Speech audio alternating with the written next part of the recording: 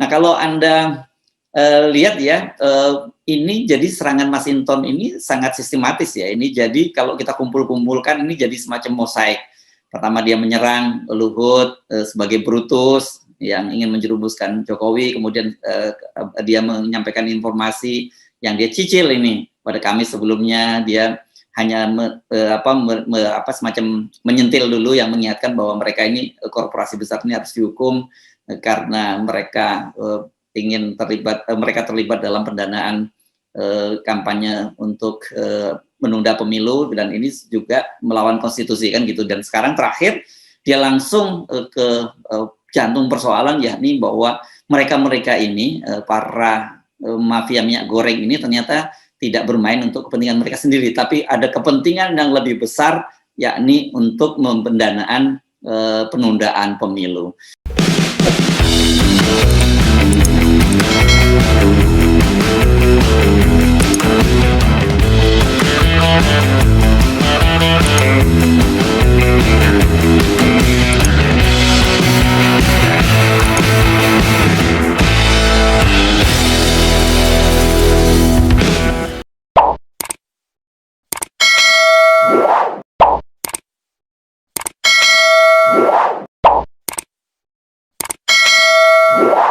Assalamualaikum warahmatullahi wabarakatuh.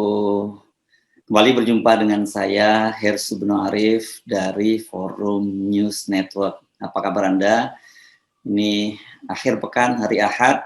Semoga tetap semangat ya menjalankan ibadah puasanya yang saya kira kita tinggal memasuki putaran terakhir nih, karena kita sudah menjalani 10 hari terakhir untuk ibadah saum Ramadan. Kasus korupsi mafia minyak goreng yang kini tengah ditangani Kejaksaan Agung itu ternyata hanya merupakan puncak gunung es. Ini ada permainan antara penguasa dan korporasi besar untuk menunda pemilu. Bila Kejaksaan Agung serius menanganinya, berani membongkar sampai tuntas, dipastikan kasus ini akan menjadi skandal politik terbesar dalam sejarah politik di Indonesia. Adanya dugaan skandal besar itu diungkap oleh politisi PDIP Masinton Pasaribu. Supaya lengkap infonya, saya kutipkan saja berita yang ditulis CNN Indonesia. Ini karena walaupun di sini dijelaskan bahwa Masinton bicara kepada media, tetapi saya baru membacanya di CNN. Media-media lain belum saya temukan. Anggota DPR dari fraksi PDIP Masinton Pasaribu mengaku memiliki informasi terkait dugaan pengumpulan dana atau fundraising untuk mengongkosi wacana penundaan pemilu 2024 dari kasus dugaan korupsi pemberian izin ekspor minyak sawit mentah atau CPO, crude palm oil.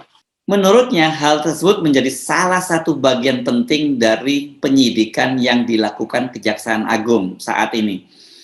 Oleh karena itu, anggota Komisi 11 DPR itu pun meminta agar penyidik Kejaksaan Agung mendalami dugaan informasi tersebut. Ya, saya ada informasi menyampaikan ke saya bahwa dia memberikan sinyalemen ya, menduga bahwa sebagian dari kelangkaan minyak goreng dan kemudian harganya dibikin mahal dan mereka mengutamakan ekspor karena kebutuhan fundraising untuk memelihara dan menunda pemilu itu, kata Masinton kepada wartawan di Jakarta hari Sabtu kemarin. Dalam kesempatan tersebut, Masinton enggan menjelaskan secara lebih rinci mengenai asal informasi tersebut didapat dirinya.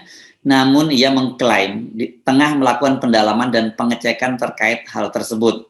Menurutnya penting agar skandal korupsi pemberian izin ekspor CPO itu diungkap hingga ke akar-akarnya, termasuk kepentingan tertentu yang menjadi motif skandal tersebut. Namanya informasi kan, harus kita telaah, harus kita verifikasi. Tapi kan kita juga tidak boleh mengabaikan informasi tersebut, ujar Masinton. Apalagi sudah ditangani Kejaksaan Agung, maka harus kita support Jaksa Agung untuk menelusuri itu. Termasuk aktor di balik yang memainkan oligopoli kartel itu, tambahnya lagi. Masinton merinci, dugaan tersebut bisa dikaitkan dari deklarasi yang dibuat sejumlah petani plasma yang mendukung perpanjangan masa jabatan presiden. Kita jadi ingat ya bagaimana beberapa waktu yang lalu Ketua Umum Partai Golkar yang juga Menko Perekonomian Erlangga Hartarto kan menyatakan ada aspirasi dari para petani sawit untuk menunda pemilu. Ini kalau tidak salah setelah dia bertemu petani sawit di petani plasma ya di Riau. Nah, balik lagi ke apa yang disampaikan, informasi yang disampaikan oleh Mas Hinton. Menurut informasi yang didapat Mas Hinton, petani-petani tersebut dibina korporasi besar yang berkaitan dengan produksi minyak sawit mentah. Selain itu, Mas Hinton juga berkaca pada informasi investigasi Tempo terkait dugaan terkait dengan perkara bahan pokok itu. Kelangkaan minyak goreng kemudian harga-harga yang mahal. Ya, ini kan dimanfaatkan betul. Satu situasi di internasional sedang tinggi. Kemudian pemenuhan kebutuhan dalam negerinya kenapa nggak dipenuhi? Kan ada indikasinya ke situ jelasnya. Nah, sebagai informasi, dugaan tersebut sebenarnya sempat dilontarkan oleh Mas Hinton lewat cuitan di akun Twitter pribadinya. Korporasi besar, perusahaan sawit yang ikut memobilisasi dukungan perpanjangan jabatan Presiden 3 periode harus diberi sanksi. Selain berkontribusi kelangkaan dan kenaikan harga minyak goreng, juga ikut berpartisipasi melawan konstitusi. Itu cuitannya pada hari Kamis tanggal 21 April lalu. Dalam kasus ini ada 4 tersangka yang ditetapkan Kejaksaan Agung. Mereka ialah Dirjen Perdagangan Luar Negeri, Kementerian Perdagangan Indrasari Wisnuwardana, Komisaris PT Wilmar Nabati Indonesia Master Parulian Tumanggor, kemudian Senior Manager Corporate Affair PT Pelita Agung Agri Industri atau Permata Hijau Group, kemudian Stanley MA dan General Manager di bagian General Affair PT Musim Mas Pikari Tagore Sitanggang sebagai tersangka. Kasus ini diselisih jaksa sejak Januari 2021 hingga Maret 2022. Dan kala itu pemerintah melalui Kementerian Perdagangan mengambil kebijakan Domestic Market Obligation DMO dan Domestic Price Obligation agar perusahaan yang mengekspor minyak dapat diregulasikan. Dahsyat ya, ini nggak main-main loh sinyalemen dan informasi yang disampaikan oleh politisi PDIP ini. Anda pasti masih ingat ya ketika Mas Hinton bersuara keras menyerang Menko Marinvest Luhut Panjaitan soal penundaan pemilu. Saat itu dia menyebut Luhut sebagai brutus alias pengkhianat di dalam istana yang akan menjerumuskan Jokowi. Sebagai buntut serangan Mas Hinton itu, dia kemudian dilaporkan ke Majelis Kehormatan DPR. Namun laporan itu tak ingin ditanggapi oleh Mas Hinton. Dia menolak untuk menanggapinya dan dia menilainya itu kan sebagai sirkus lawak-lawak ya. Mas Hinton menyebutkan legal standing dari pelapor karena yang melaporkan dia ini adalah sebuah LSM gitu, bukan Luhut sendiri. Kan harusnya kalau yang merasa dicemarkan adalah Luhut Panjaitan ya ya harusnya Luhut lah yang melaporkan ke MKD, bukan orang lain, bukan LSM. Nah, kalau Anda lihat ya, ini jadi serangan Mas Hinton ini sangat sistematis ya. Ini jadi kalau kita kumpul-kumpulkan ini jadi semacam mosaik.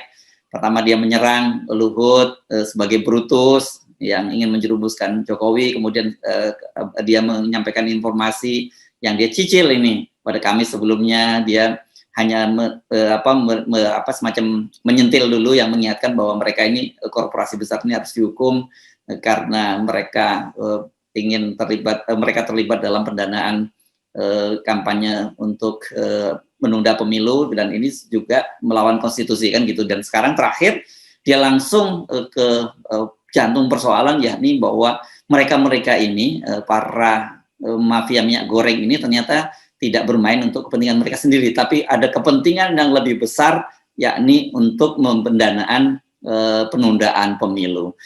Saya sendiri dalam beberapa konten sebelumnya pernah mengingatkan serangan dari Mas Hinton kepada Luhut ini tidak boleh dilihat merupakan serangan pribadi. Kita harus melihat partai politik yang ada di belakangnya, yakni PDIP. Untuk melawan seorang Luhut ini kan perlu perlu keberanian yang besar dan juga backup yang besar. Bagaimanapun Luhut ini adalah orang paling berkuasa di Indonesia dan dia disebut sebagai menteri segala urusan, sebuah julukan yang saya kira tidak berlebihan karena media mencatat saat ini Luhut itu diberi jabatan atau memegang jabatan setidaknya ada 10 jabatan yang diberikan Jokowi kepada Luhut ini. Jadi memang tepat julukan bahwa Luhut adalah menteri segala urusan. Jadi dia orang paling powerful dan tiba-tiba muncul nih anak muda nih, Masinton Pasaribu dan berani menyerang. Jadi Pak Masinton ini jangan dilihat Masinton pribadi ya. Dia ini cuma satu pasukan khusus, pasukan tempur gitu yang diterjunkan dulu di garda depan untuk menjajaki kekuatan sekaligus menghancurkan konsentrasi lawan. Ya, caranya tadi itu dengan mencicil informasi dan terakhir dia kemudian meledakkan informasinya. Nah, ini ada kaitannya pasti dengan sikap Ketua Umum PDIP Megawati yang tegas menolak wacana penundaan pemilu dan perpanjangan masa jabatan Jokowi. Megawati sebagaimana pernah disebutkan oleh seseorang yang dekat dengan dirinya, itu dikutip oleh inilah.com, dia sampai bersuara keras.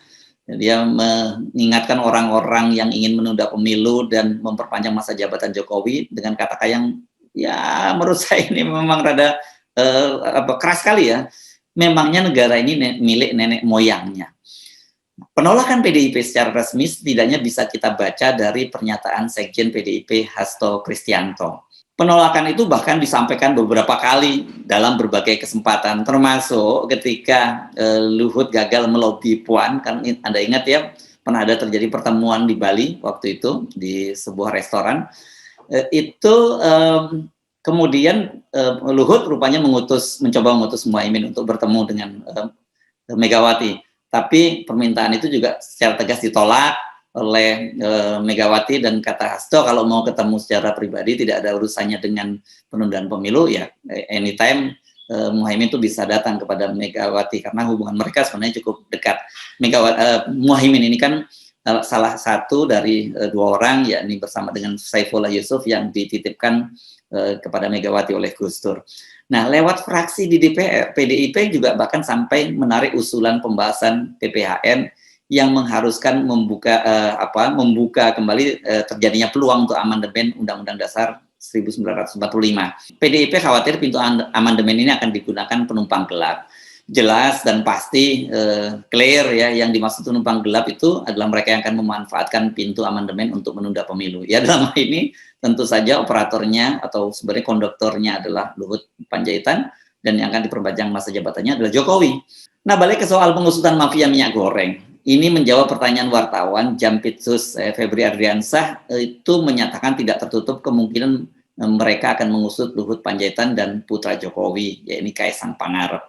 Luhut melalui anak perusahaannya diketahui mempunyai perusahaan kongsi dengan PT Wilmar Nabati di Indonesia. Ini sebuah perkebunan sawit di Kalimantan Timur, namanya kalau nggak salah daerah Saliki ya. Foto Luhut dengan Komisaris Wilmar MP Tumanggor juga beredar luas. Begitu juga fotonya dengan Kepala Staf Presiden Muldoko. Tapi kalau foto dengan Muldoko ini fotonya rame-rame, beda sekali dengan foto bersama dengan Luhut yang kelihatan sangat intim ya. Nah, Tumanggor itu adalah salah satu tersangka mafia minyak goreng. Sementara PT Persis Solo yang saham terbesarnya dimiliki Kaisang mendapatkan sponsor dari PT Wilmar. Nah, kalau ini benar-benar serius diusut Kejaksaan Agung, walau banyak, saya tahu Anda sendiri meragukan, sama seperti kasus pelaporan Kaisang dan Gibran ke KPK yang sampai sekarang juga tidak diusut, Anda juga pasti meragukan itu ya. Tapi kalau memang betul serius, ini akan jadi skandal besar. Bahkan ini bisa jadi bom atom. Nah, ingat saya nyebutnya sih baru bom atom ya, belum bom nuklir ini bagi Luhut dan Jokowi. Sejauh ini dugaan bahwa PDIP itu membackup penuh langkah-langkah yang dilakukan oleh Masinton ini kan tidak-tidaknya terlihat bahwa Masinton tidak ditegur. Masinton dibiarkan terus melakukan serangan-serangan. Bahkan kalau kasusnya pengusutan dilakukan oleh Kejaksaan Agung itu PDIP mendukung mendukung tegas ya agar Kejaksaan Agung mengusut tuntas mafia minyak goreng ini. Dan itu terlihat dari pernyataan Ketua DPP PDIP yang juga saat ini menjadi Ketua DPR Puan Maharani. Puan Maharani meminta Kejaksaan Agung mendalami dan mengusut oknum-oknum yang terlibat dalam kasus itu. Sebab kelangkaan minyak goreng ini, kata Puan Maharani, sudah menyengsarakan kehidupan rakyat. Nggak berhenti hanya sampai di situ. Dia juga menegaskan akan segera memanggil Menteri Perdagangan Lutfi. Ini Puan bergerak cepat dan dia nggak merasa perlu untuk menunggu setelah Lebaran. Lutfi itu dijadwalkan akan dipanggil Senin ini ya, besok ya, tanggal 25 April. Yang sangat menarik, berita dukungan Puan Maharani itu juga dimuat di portal kejaksaanagung.go.id. Jadi ini merupakan sinyal saya kira yang dimainkan oleh Kejaksaan Agung. Hati-hati, dia tahu bahwa akan ada tekanan yang sangat berat, tekanan secara politik dalam pengusutan kasus ini. Tapi dia memberikan sinyal kepada mereka yang menekan, kami didukung oleh PDIP dan dalam hal ini kami didukung oleh Ibu Megawati. Seru ya. Bagaimana kelanjutan kasus ini? Jangan kemana-mana. Ini karena saya garanti kasus ini bukan hanya ngeri-ngeri sedap, tapi sudah berubah menjadi sangat sedap dan bakal mengerikan. Tapi saya perlu memberi disclaimer ya, itu kalau Kejaksaan Agung benar-benar serius dan tidak terjadi kompromi-kompromi politik. Karena apa? Karena mereka ini bisa saling sandera. Saya Hersman Arif dari Forum News Network. Wassalamualaikum warahmatullahi wabarakatuh.